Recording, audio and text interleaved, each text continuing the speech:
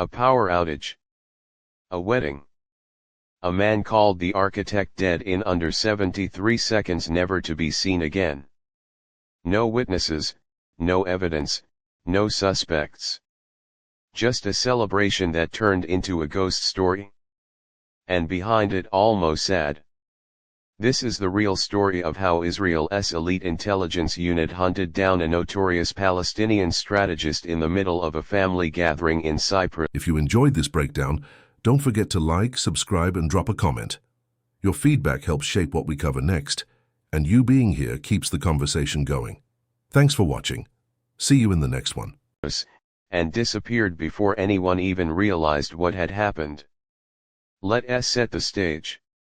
It's June 1977, and Cyprus is playing a very particular role in the geopolitical drama of the Middle East. Neutral, accessible, and strategically placed, it's a soft zone for Palestinian militant groups who need to move quietly without the weight of surveillance crushing down on them. One of those figures operating in the shadows was Mahmoud Saleh al-Hamid, better known within the intelligence community as the Architect. He wasn't a household name. In fact, within Palestinian circles, he was a ghost rarely seen, rarely heard, but always present in the aftermath of chaos. Al-Hamid was an operational strategist for the Popular Front for the Liberation of Palestine, or PFLP. He wasn't planting bombs or firing weapons himself. He was designing the blueprint, coordinating logistics, orchestrating timing. He had his hands behind 41 attacks. The casualties were high, and the damage was undeniable. And that made him a priority. A very quiet, very urgent priority. Mossad had been tracking al-Hamid for weeks. Surveillance, intercepted communications, human intel standard fare for Israel's Caesarea division, Mossad's unit focused on covert operations and targeted killings. When intel landed about a wedding in Limassol, Cyprus, his niece's wedding, everything changed. This wasn't just any social event. This was rare. Al-Hamid almost never appeared in public. But this was family. He would be there. He'd be off guard. Surrounded by loved ones, dressed for celebration, not survival. Operation Wedding Singer was greenlit. The name, almost comically ironic for what was about to unfold, belied the seriousness of the mission. Mossad didn't just want to eliminate a high-value target, they wanted to do it flawlessly. Quietly. Without causing a scene. In a room full of people. 8 agents from Caesarea were deployed. They studied every detail of the wedding venue. They rehearsed for days. They memorized routines. Forged identities. And most importantly, they blended in. On the day of the wedding, the Mossad team was already inside, disguised as service staff. Waiters. Cooks. Event workers. Totally invisible to the guests. They studied the venue for weeks, learned the layout, planned every step. This wasn't improvisation. It was choreography. Al-Hamid arrived with a security entourage. He greeted family. He smiled. He relaxed. He had no idea that some of the people handing out champagne flutes were about to end his life. Then came the blackout. The power outage wasn't an accident. It was engineered, timed to the second. And in the cover of complete darkness, the operatives made their move. 73 seconds. That's all it took. In those 73 seconds, Al-Hamid was located, isolated, and executed. The kill was clean. No collateral damage. No shouting. No visible panic. And just like that, the agents disappeared, retreating back into the shadows of the venue and then, seamlessly, out of Cyprus entirely. By the time the lights came back on, it was over. And nobody saw a thing. There were no gunshots. No explosions. No dramatic chase through the streets. Just a man, suddenly dead at a wedding, with no explanation. The bodyguards hadn't fired a single shot. No one was arrested. No group claimed responsibility. Officially, the case was declared unsolved. And Israel never acknowledged a thing. The brilliance of Wedding Singer wasn't just in the elimination itself, it was in the silence. The total, maddening silence that followed. It was a surgical operation conducted in a crowd of people, without leaving a single trace. Not one fingerprint. Not one name. Not one face. For Palestinian militant networks, the message was loud and clear. There were no safe spaces. Not even at a wedding. Not even in a neutral country. Every family gathering now came with the creeping fear that someone might be watching. That the chef might not be a chef. That the power might go out. That Mossad might be in the room. Security protocols across these groups were overhauled almost overnight. Events were scaled down. Travel was scrutinized. Everyone tightened their circles. For Mossad, the mission was considered a success. Tactically flawless. Strategically significant. But inside the Israeli intelligence community, there were questions. Ethical ones. Because here's the thing, executing a target at a crowded civilian event isn't just bold, it's morally loaded. The risk of collateral damage was high. Innocent people could be been hurt or killed if anything went wrong. The choice to proceed reflected the kind of brutal calculus that defines covert warfare: prevent future attacks at all costs, even if the method makes your own agents question the cost of success.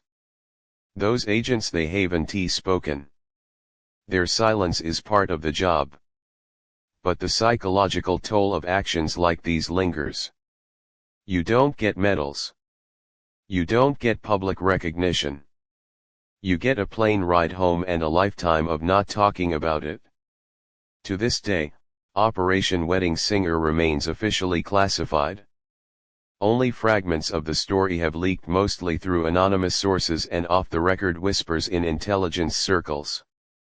But what's known has already become a kind of legend.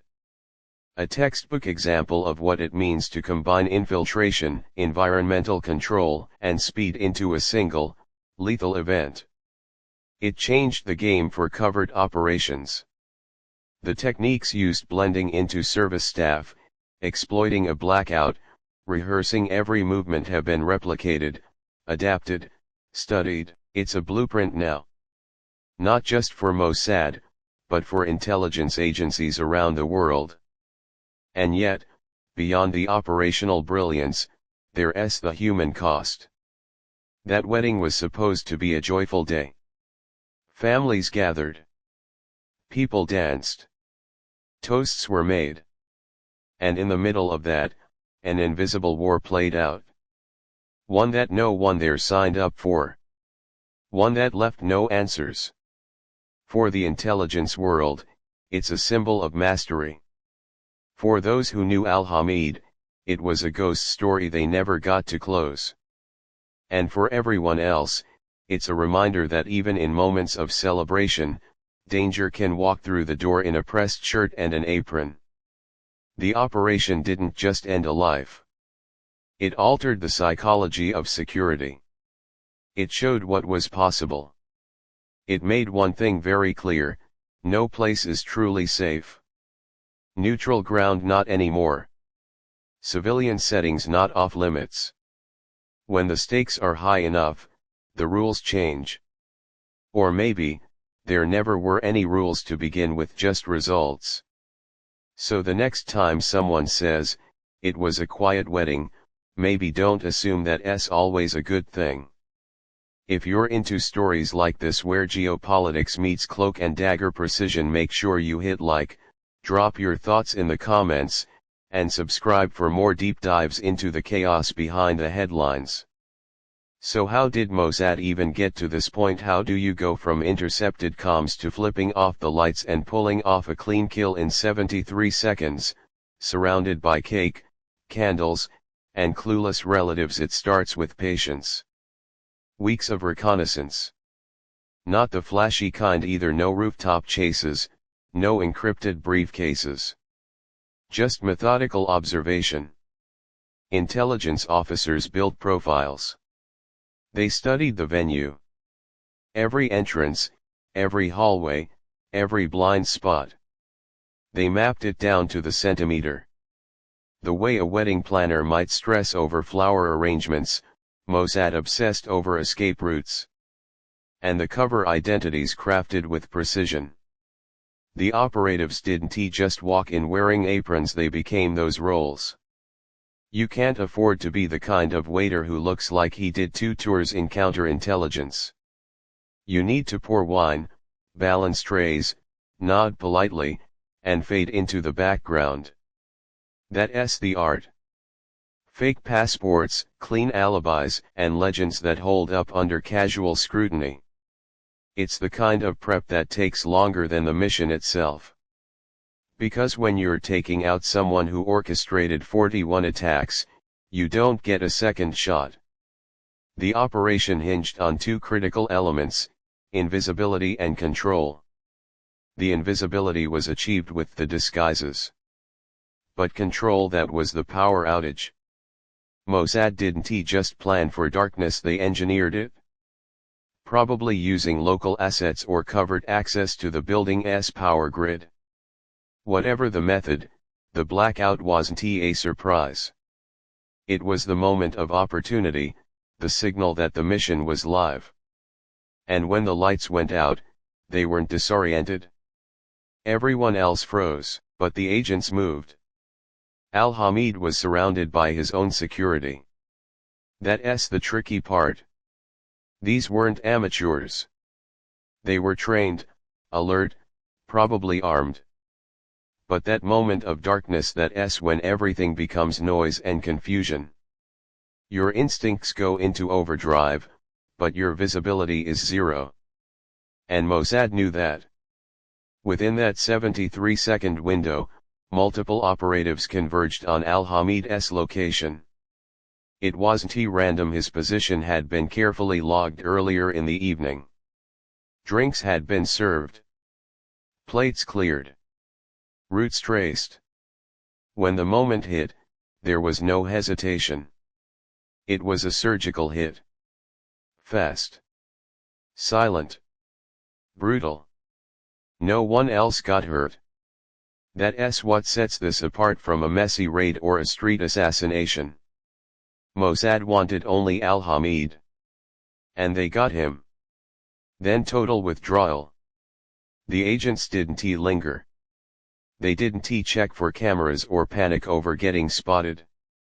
Because that work had already been done. They left the same way they came, invisible. By the time the electricity was restored and the room relit, it was over. Al-Hamid was dead. His security detail was still in place, but utterly stunned. There were no suspects. No signs of a struggle. Nothing to trace. Not even the faint scent of gunpowder. The family's celebration turned into a tragedy, but not a scandal.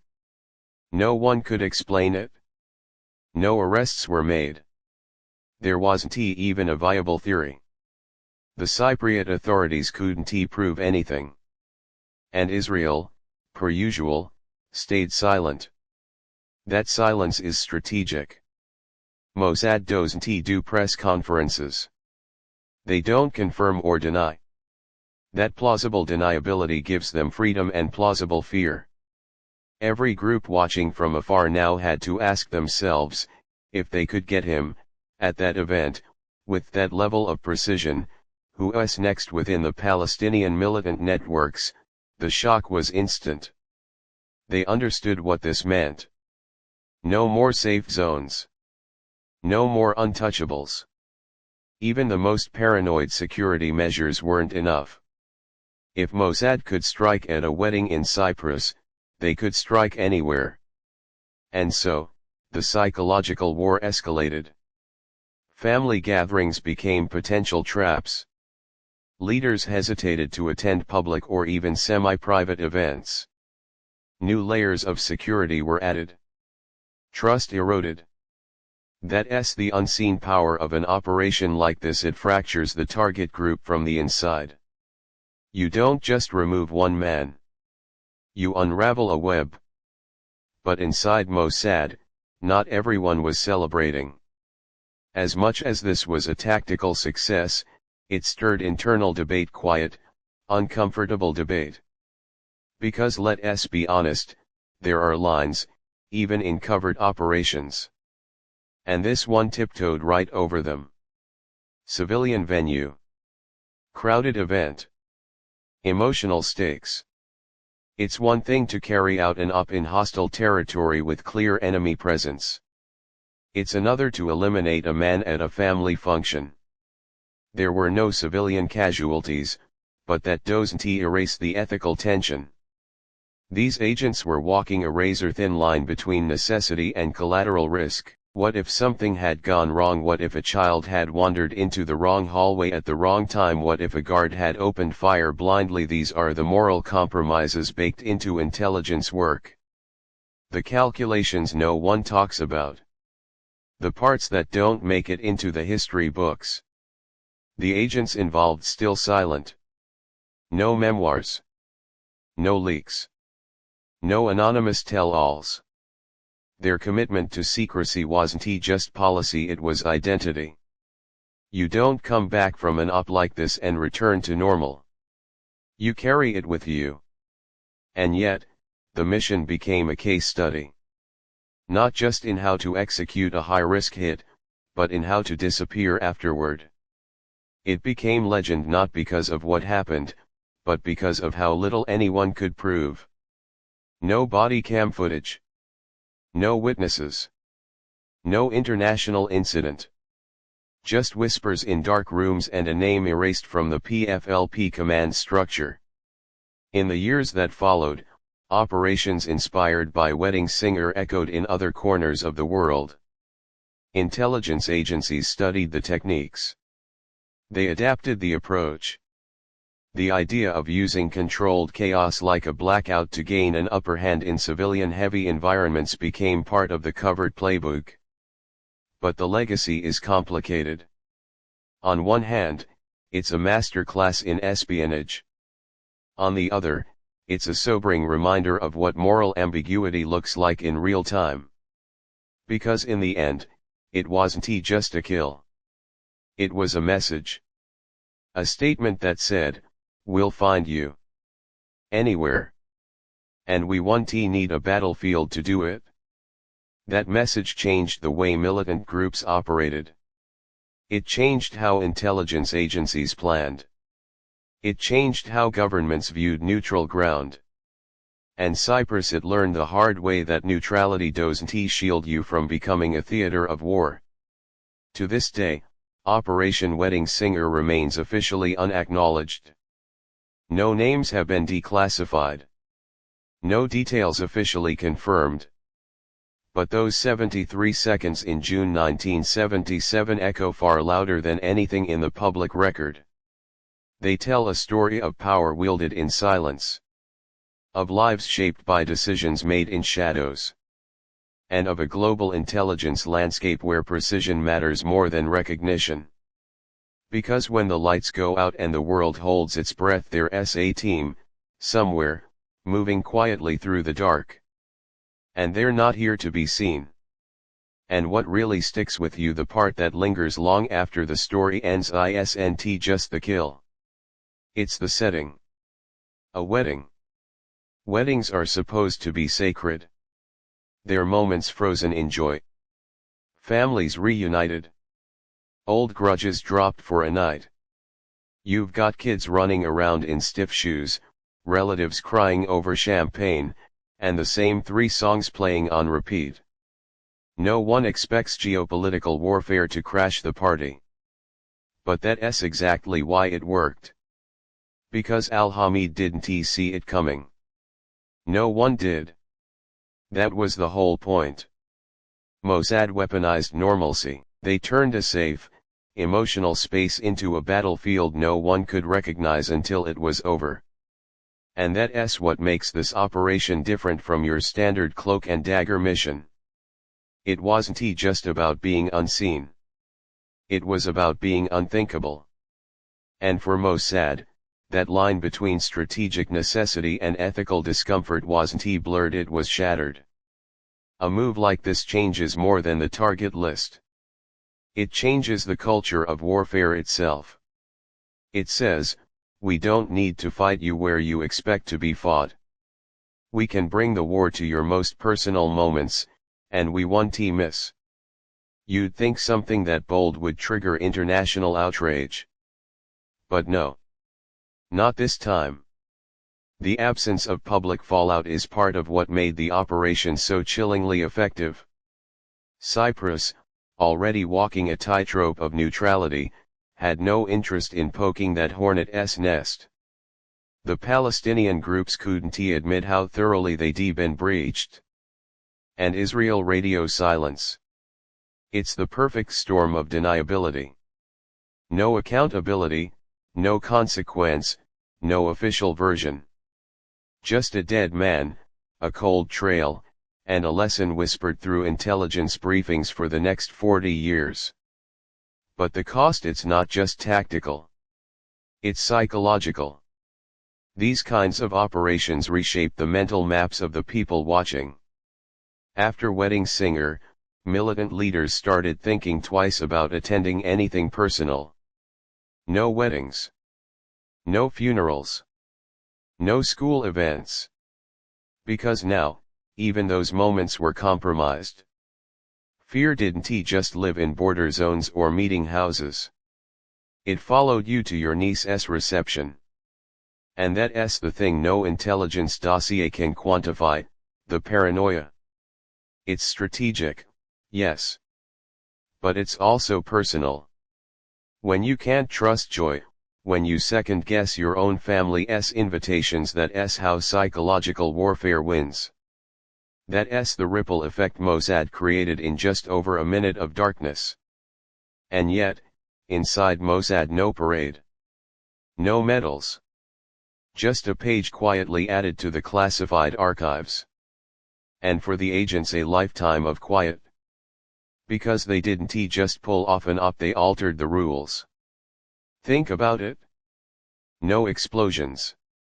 No messy firefights. No smoking ruins for the media to dissect. This was elegant, precise, and depending on how you look at it, terrifying. It's the kind of mission that becomes legend, not because of the body count, but because of how clean it was. How it shifted an entire ecosystem of security without leaving a trace.